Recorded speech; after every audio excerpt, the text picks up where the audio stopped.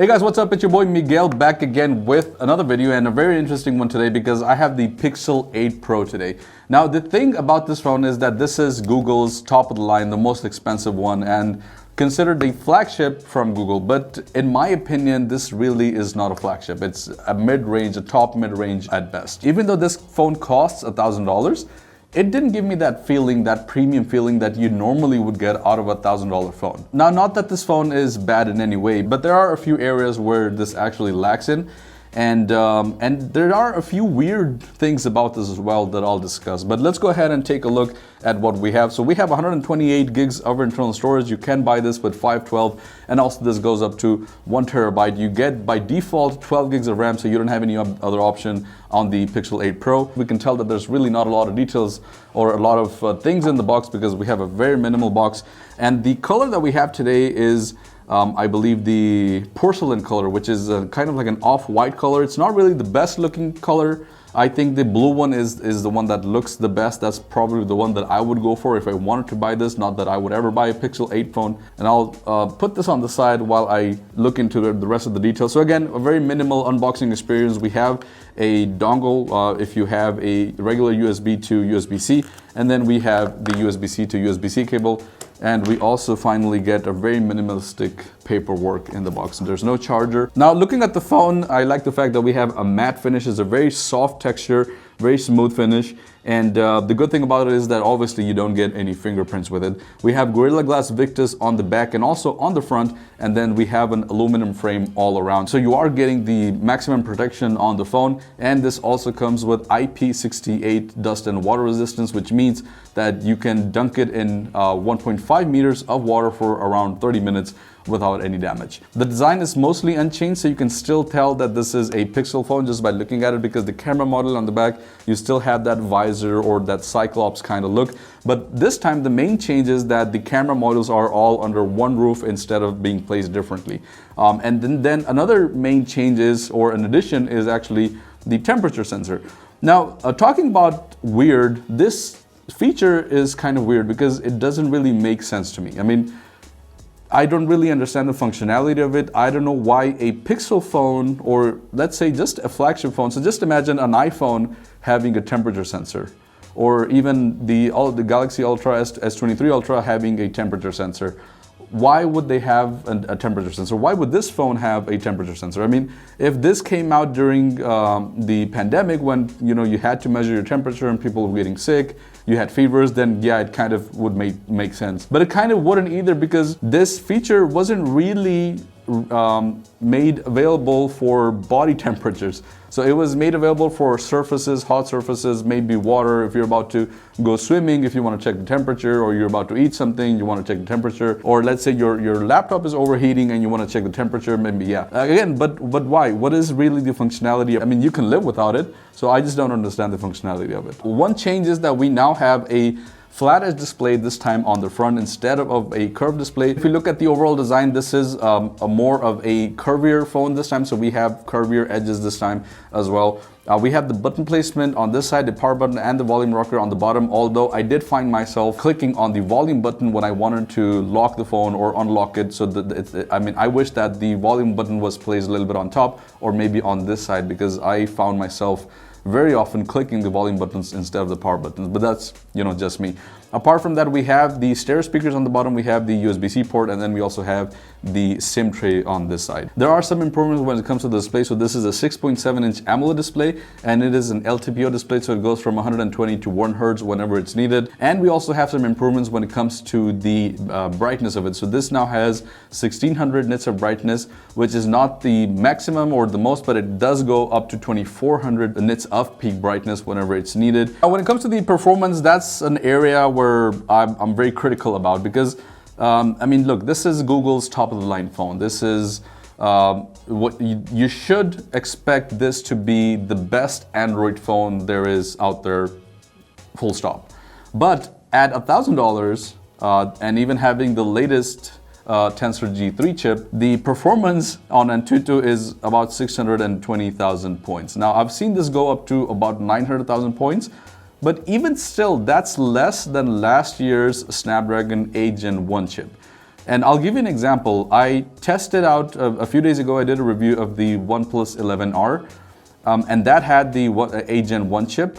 That's a phone that came out this year as well, but that had 1.3 million points on Antutu benchmark. And this actually has 12 gigs of RAM. That's not it doesn't lag when it comes to the RAM. But I'm kind of surprised that even in 2023, a phone that costs $1,000, a phone made by Google, which is supposed to be the best Android phone out there. I mean, technically it should be, but it's really not, because this is going to crumble when it comes to multitasking under pressure. And I understand the point where Google is trying to focus on AI, and this chip is usually not made for hardcore performance, but that shouldn't be hardcore performance at 620,000 points.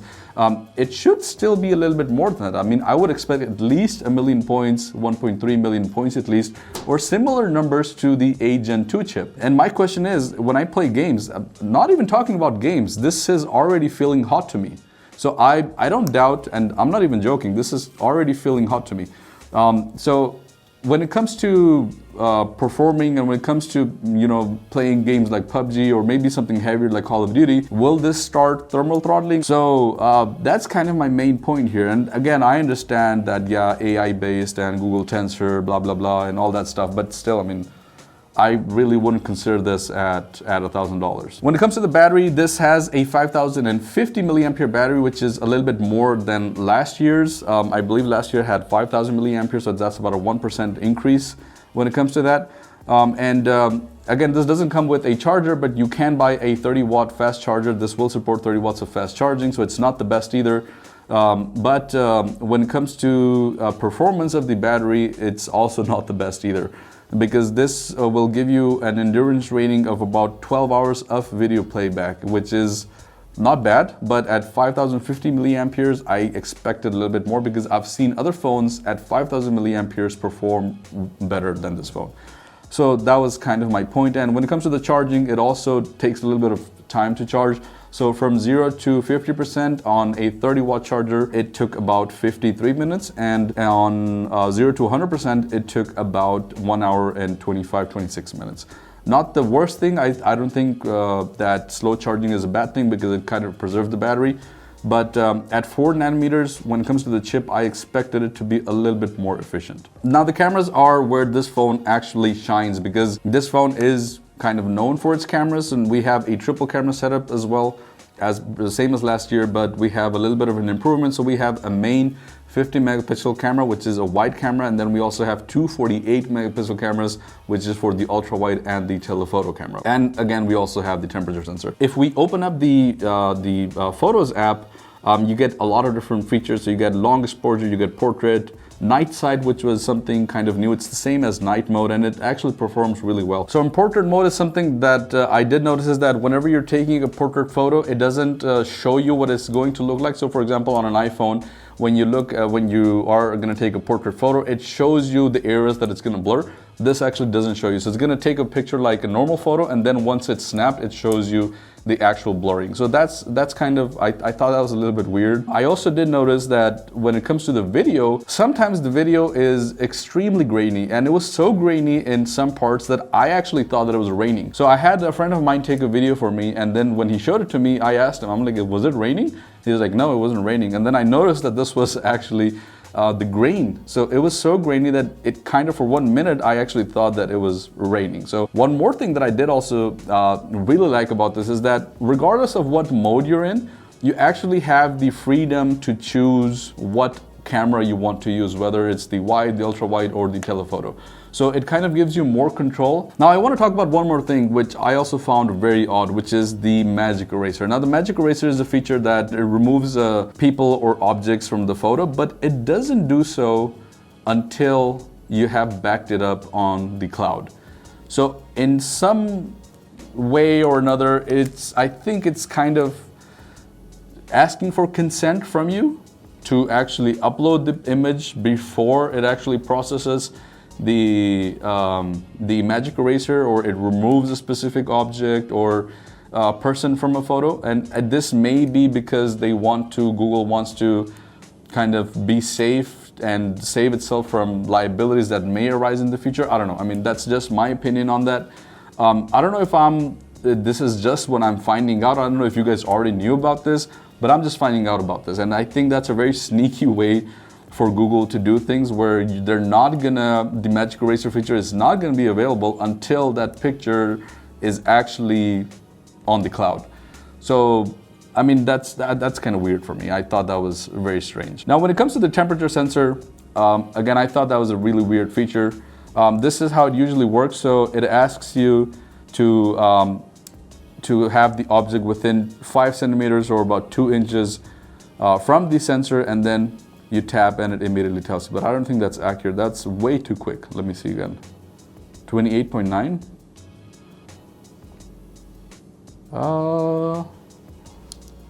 Maybe, I don't know. Let's do this table. 25. Let me do my phone. I mean, I don't know if it's accurate. It's extremely fast. It takes 1 second to measure, but I really don't know how accurate it is. But again, I kind of found this feature also kind of useless and weird. I don't know why there would be a specific sensor for it. I still haven't really found out why. Last but not least, I also wanted to mention the software aspect. So that's probably one of the best features about this phone. When it comes to that, because this has stock Android. So if you are a fan of stock Android, having a clean, minimalistic look, then this is the phone for you. And I personally like stock Android. I like a minimal approach. You do get a lot of customization features when it comes to the home screen, so you can kind of, customize the phone in your own way. And the best part about this is that now you get, and again, the best part about this phone, regardless of the camera features, regardless of the Tensor chip, regardless of the display, everything else is aside. 7 years of software updates is what you get with the Pixel 8. And I think this is across the whole line for Pixel 8. And that's the most out of any phone currently in the market, or even before this. Even beating Apple's 5-year record for software updates, this now gives you 7 years of software updates. And my question is just, I don't know if you are actually going to use this phone for 7 years. So that's my only question. Again, that's a personal choice. If you want to use this phone for 7 years or even 5 years, then you're safe. But yeah, guys, at about $1,000, I don't know if you would actually buy this phone, because it doesn't give me that premium feel. It doesn't give me that high-end feel that I would normally get out of a $1,000 phone. For example, the iPhone 15 Pro, which is available for $1,000 at 128 gigs. And you can also get the S23 Ultra for about $1,000. Or I think less than that nowadays, because it's already a 1-year-old phone, but it's still kind of faster and more premium than this phone. So that's my main criticism about this. I don't know if you guys think the same thing. I don't know if you're a Pixel fanboy, then I'm sorry. And again, if you already have a Pixel 7 Pro, then I wouldn't recommend you to buy this one. But if this is your first time buying a Pixel phone, then yeah, why not? But I would ask you to consider other flagship phones out there. But anyways, guys, that's pretty much it. That's my review on the Google Pixel 8 Pro. Let me know your thoughts. Let me know if you feel the same way that I do. And thank you so much for watching. I'll see you guys in the next one. Peace out.